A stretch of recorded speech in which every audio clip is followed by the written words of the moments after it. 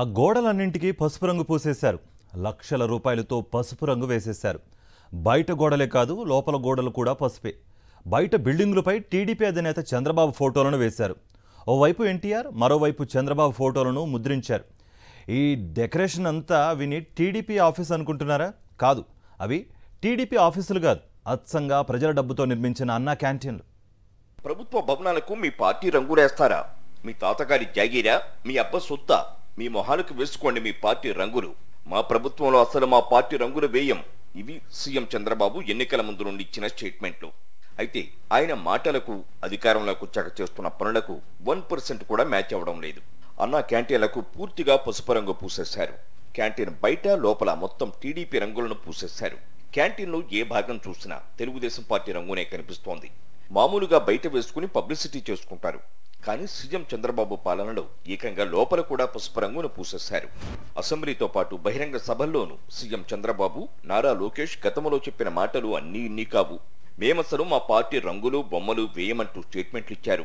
ఇప్పుడేమో అన్నా క్యాంటీన్ల బయటే కాదు, లోపల వంటగదులు, డైనింగ్ హాలులో గోడలకు కూడా పసుపు రంగు పూసేసి అన్నా క్యాంటీన్లు సైతం టీడీపీ కార్యాలయాలుగా మార్చేశారు. దీంతో కూటమి సర్కారు తీరుపై విమర్శలు వెల్లువెత్తుతున్నాయి. ఏరు దాటిన తర్వాత తెప్ప తగలేసే విధంగా వాళ్ళు చెప్పిన మాటలకి ఆచరణలో పరిపాలన సాగేదానికి ఎటువంటి సంబంధం లేకుండా మొత్తానికి పసుపు రంగు వేసి ఈరోజు వాళ్ళు విధానాలు ఈ రాష్ట్ర ప్రజలందరూ చూస్తున్నారు. ఇది వాళ్ళ ద్వంద్వ వైఖరికి నిదర్శనం అని చెప్పి సందర్భంగా తెలియజేస్తున్నాం. మీరు ఆ రోజు చెప్పిన మాట ప్రకారం సచివాలయాలకు రంగులేస్తే అంతా వైఎస్ఆర్సీపీ రంగులమయం అయిపోయిందని విమర్శించారు. ఈరోజు మీరు చేసే పని ఏమిటి? చంద్రబాబు నాయుడు చెప్పింది ఏ రోజును దాన్ని పాటించడు. అసెంబ్లీ సాక్షిగా పసుపు రంగు మయం మేము చేయము, ఓన్లీ బిల్డింగ్స్ని ఈ పార్టీలకు అతీతంగా రంగులు లేకుండా చేస్తామని చెప్పాడు.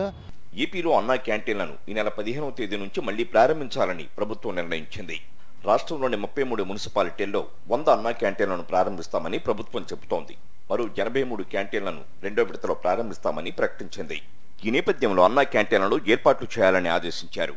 గతంలో డిప్యూటీ సీఎం పవన్ కళ్యాణ్ కొన్నింటికి డొక్కా సీతమ్మ క్యాంటీన్లుగా పేరు పెట్టాలని కోరారు. కానీ ప్రభుత్వం మాత్రం అది సాధ్యం కాదని స్పష్టం చేసింది.